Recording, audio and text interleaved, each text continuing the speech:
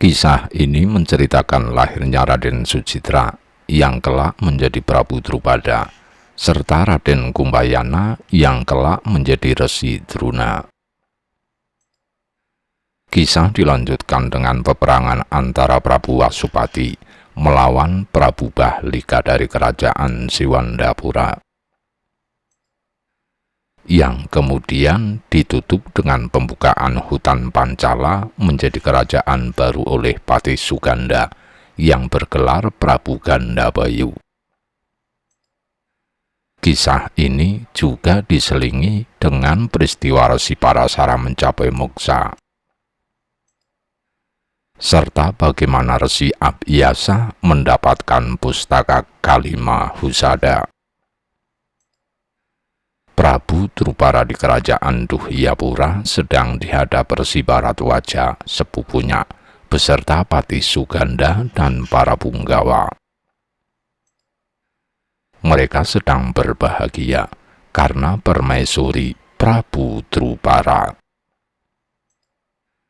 yaitu Dewi Setiorini, telah melahirkan seorang putra yang diberi nama Raden Sucitra. Sedangkan istri Resi Bharadwaja, yaitu Dewi Padmawati, juga melahirkan anak laki-laki yang diberi nama Raden Kumbayana.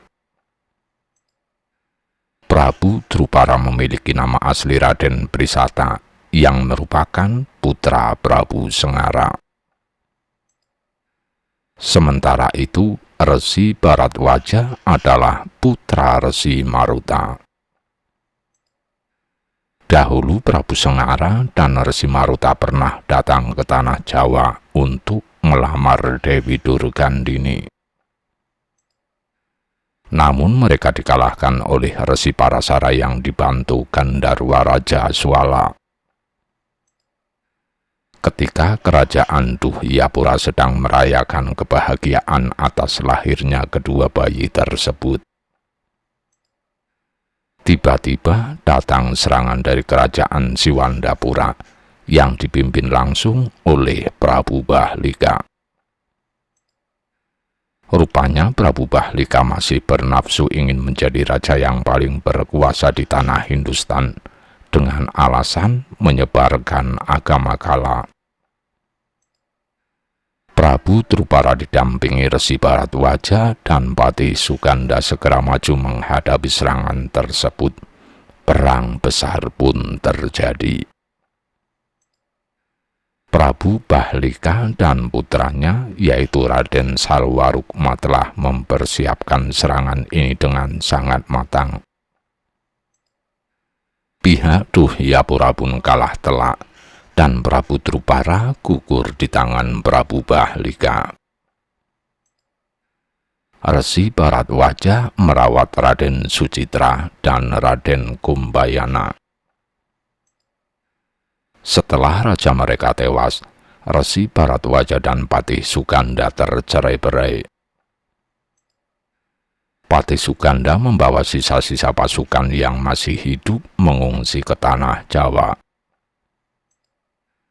Sedangkan Resi Bharadwaja menyelamatkan keluarga Prabu Drupara menuju daerah atas angin.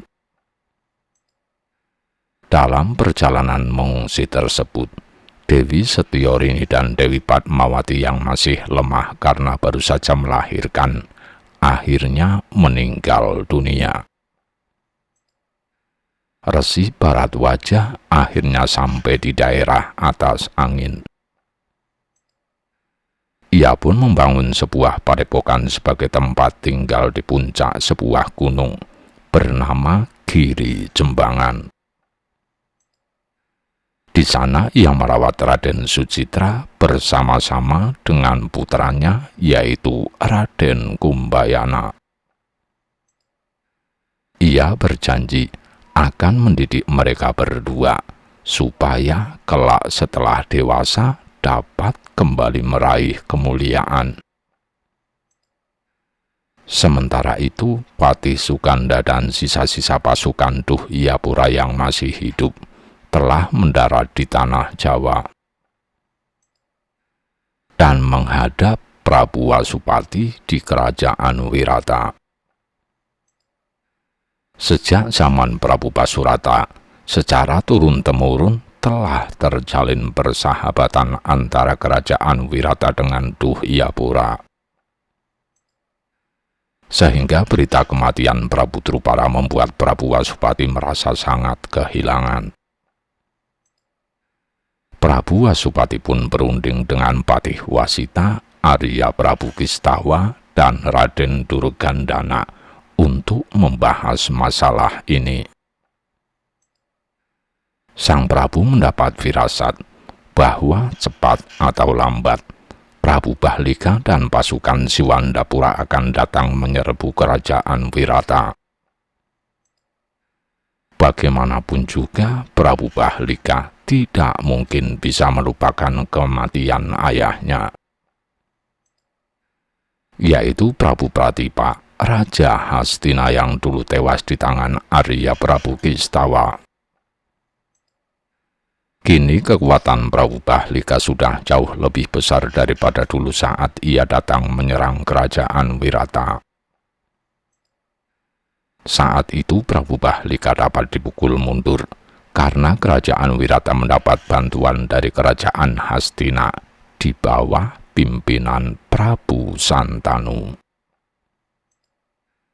Menghadapi masalah ini, Patih Wasita mengusulkan agar Kerajaan Wirata kembali meminta bantuan pihak Hastina untuk menghadapi Prabu Bahlika yang kemungkinan besar akan segera datang.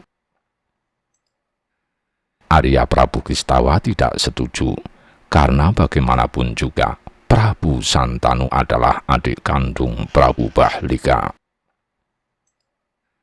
Meskipun Prabu Santanu sudah menjadi menantu Prabu Wasupati, namun hubungan persaudaraan tetap tidak bisa dipungkiri begitu saja. Arya Prabu Kistawa khawatir jangan-jangan kali ini Prabu Bahlika berhasil menghasut Prabu Santanu untuk berbalik melawan Kerajaan Wirata, untuk bersama-sama membalaskan kematian ayah mereka. Apalagi sekarang Prabu Santanu telah memiliki putra yang sangat sakti, bernama Raden Bisma. Tentu akan sangat berbahaya jika ternyata Raden Bisma juga terkena hasutan Prabu Bahlika. Untuk itu, Arya Prabu Kistawa mengusulkan agar Kerajaan Wirata tidak hanya meminta bantuan kepada Hastina saja, tetapi juga sekutu-sekutu yang lain seperti Mandraka, Gandara Desa, Giling Wesi, Medang Kamolan, ataupun Pringgondani. Prabu Wasupati menerima usulan tersebut dan memerintahkan Raden Durgandana berangkat menyebarkan undangan kepada para raja sekutu tersebut. Resi Parasara mencapai Muksa. Sementara itu di Padepokan Rahtau di puncak Gunung Sapta Arga, Resi Parasara dihadap putranya, yaitu Raden Abhyasa beserta para punokawan Kiai Semar, Nalagareng, Petruk, dan Bagong. Hari ini Raden Abhyasa genap berusia 20 tahun, dan ia dinyatakan telah menamatkan segala pendidikan.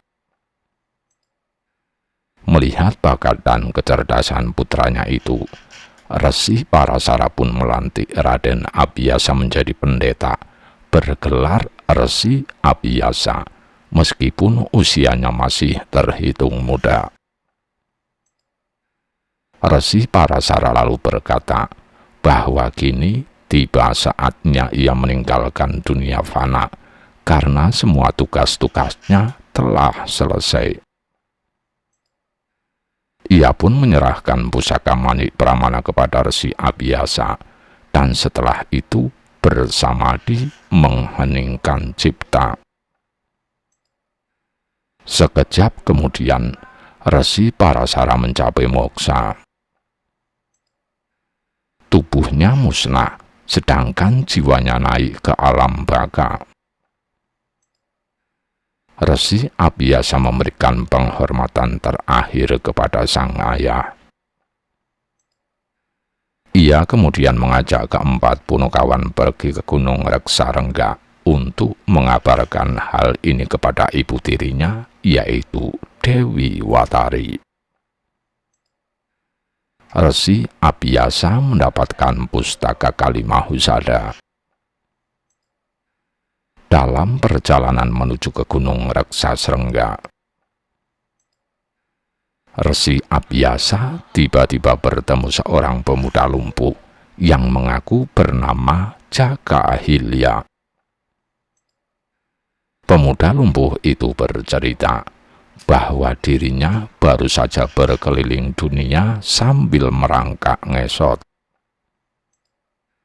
Resi Abhyasa merasa geli, tidak percaya. Melihat sikap Resi Abhyasa yang meragukan ucapannya, Jakahilya pun menantangnya adu kecepatan. Resi Abhyasa menerima tantangan itu, mengingat dirinya pernah berguru ilmu melesat kepada Gandharwa Raja Aswala. Ia pun mempersilahkan Jakahilya bergerak lebih dulu, dan ia pasti dapat menangkapnya. Kiai Semar memberi aba-aba, dimulainya perlombaan. Jakahilya segera merangkak ngesot, dan Resi Abhyasa mengejar di belakang. Sungguh ajaib, meskipun kakinya lumpuh, Jakahilya dapat bergerak lincah dan sangat cepat.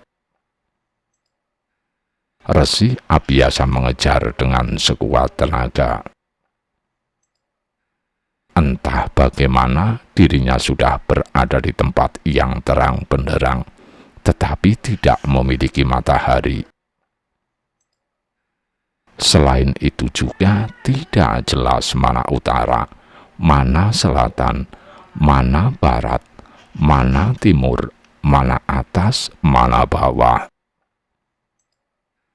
Resi Abhyasa melihat Jakahilya memasuki cahaya warna hitam yang gelap pekat. Ia pun menyusul ke sana dan tubuhnya terasa seperti ditelan bumi. Terlihat kemudian Jakahilya memasuki cahaya warna merah. Resi Abhyasa segera menyusul ke sana, dan tubuhnya terasa seperti terbakar dalam kobaran api. Dilihatnya Jakahilya memasuki cahaya warna kuning. Resi Abhyasa menyusul ke sana, dan tubuhnya pun terasa seperti dihempaskan angin topan. Dilihatnya Jakahilya memasuki cahaya warna putih. Ia pun menyusul ke sana, dan tubuhnya kini terasa seperti hanyut tenggelam di dalam lautan luas.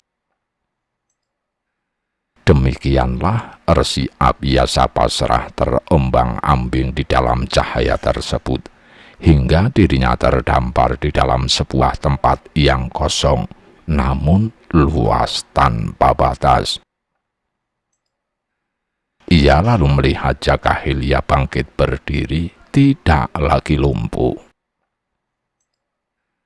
Lama-lama wujud pemuda itu musnah, dan yang tertinggal hanya suaranya saja menggema di telinga Resi Abhyasa. Suara itu mengaku sebagai sang jati diri, guru sejati yang hadir untuk memberikan ujian kepada Resi Abhyasa. Resi Abhyasa pun berserah diri atas apa yang akan terjadi padanya. Suara itu lalu menggema, mengajarkan ilmu kesempurnaan kepada Resi Abhyasa. Setelah semua pelajaran selesai, Tiba-tiba Resi Abiyasa telah kembali ke alam nyata, di mana Kiai Semar dan ketiga anaknya menunggu. Tangan Resi Abiyasa pun telah menggenggam sebuah kitab pula. Kiai Semar mengenali kitab tersebut adalah Pustaka Kalima Husada, yang dahulu tercipta dari jasad Prabu Kalimantara Raja Nusantara bersamaan dengan peristiwa lahirnya Resi Satrukem, kakek buyut Resi Abiyasa. Kitab tersebut dulu tercipta dalam keadaan kosong, dan kini tiba-tiba saja penuh dengan tulisan. Resi Abiyasa membaca halaman demi halaman pada kitab itu. Ternyata berisi ilmu kesempurnaan yang tadi telah ia pelajari dari suara sang guru sejati di alam Awang Uwung. Resi Abiyasa sangat bersyukur atas segala karunia Tuhan yang Maha Kuasa pada dirinya. Kiai Semar menasehatinya agar selalu rendah hati dan jangan sampai lupa diri. Resi Abiyasa berterima kasih lalu mengajak para punokawan melanjutkan perjalanan. Resi Abiyasa dan Raden Durgandana mengunjungi Dewi Watari. Sesampainya di padepokan Bimarastana yang terletak di Gunung Raksasrengga, Resi Abiyasa dan para punokawan disambut ramah oleh Dewi Watari beserta ketiga anak asuhnya, yaitu Raden Kincaka, Raden Rupakinca, dan Raden Rajamala. Mendengar suaminya telah moksa naik ke alam baka, Dewi Watari merasa sangat prihatin sekaligus bangga. Padahal sebulan yang lalu ayahnya, yaitu Resi Indradewa, juga meninggal dunia. Kini Resi Parasara menyusul pula. Tidak lama kemudian, Raden Durgandana datang pula ke padepokan Bimarastana setelah tugasnya menyebarkan undangan kepada para raja sekutu Wirata selesai. Ia pun disambut ramah oleh Dewi Watari bersama Resi Abiyasa, Raden Kincaka, Raden Rupakinca, dan Raden Rajamala.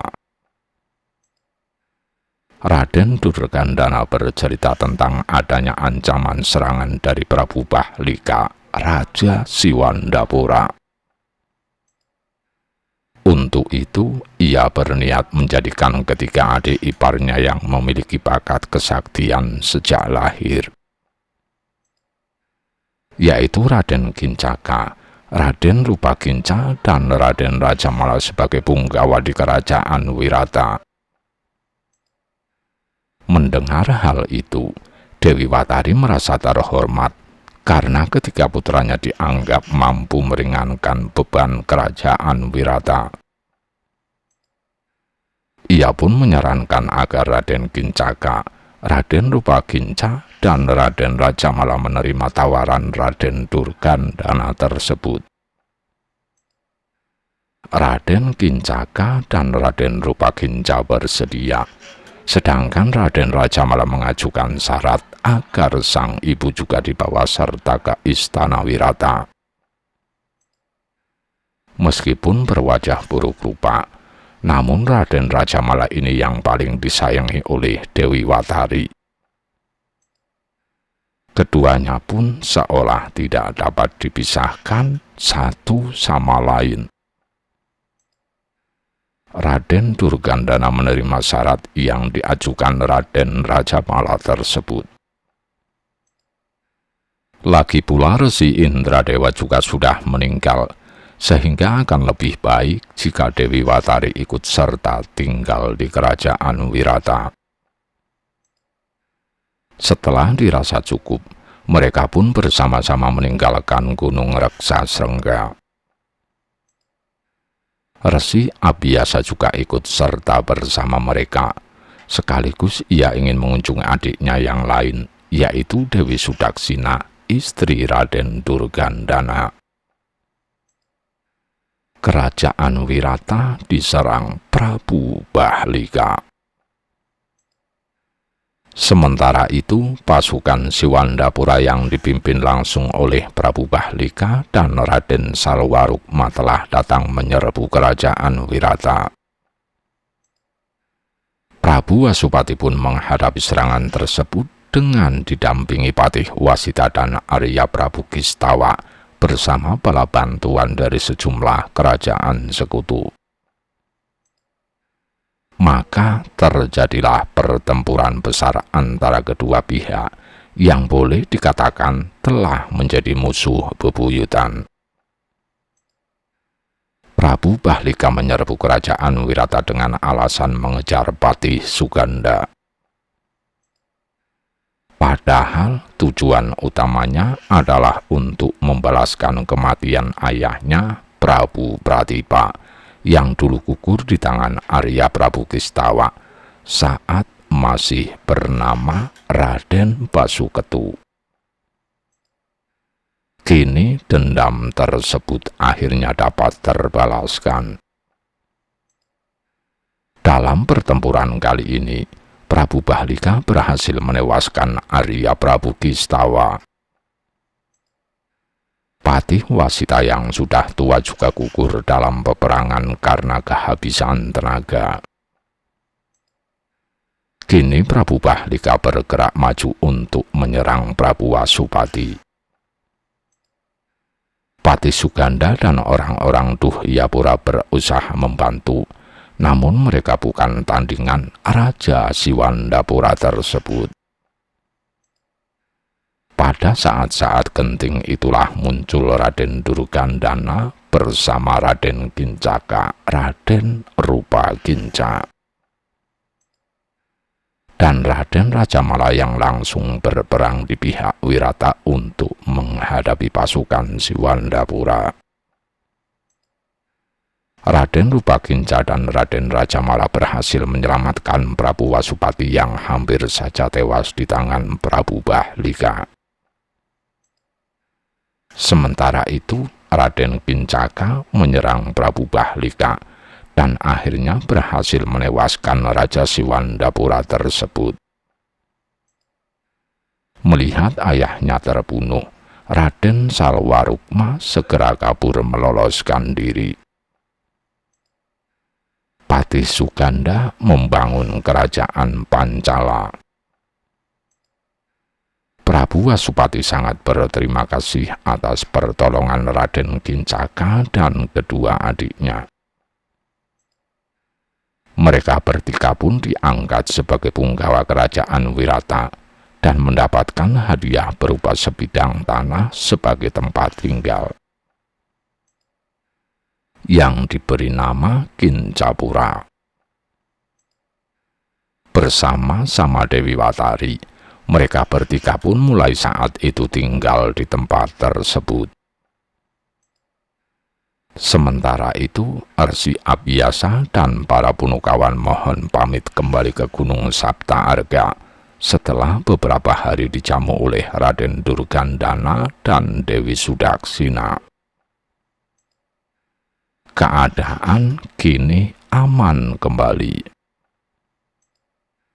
Patih Suganda dan orang-orang Duhyapura ikut membantu memperbaiki kota Wirata yang rusak akibat peperangan. Sebagai ungkapan terima kasih, Prabu Wasupati memberikan hutan Pancala kepada mereka. Patih Suganda dan pengikutnya dipersilahkan membangun kerajaan baru di sana. Orang-orang Duhyapura itu sangat berterima kasih atas anugerah yang diberikan Prabu Wasupati tersebut. Singkat cerita, Patih Suganda dan para pengikutnya telah mendirikan sebuah negeri baru di hutan Pancala yang diberi nama Kerajaan Pancala. Patih Suganda pun menjadi raja di sana bergelar Prabu Gandabayu. Rahayu sagung dumadi. Nuwun.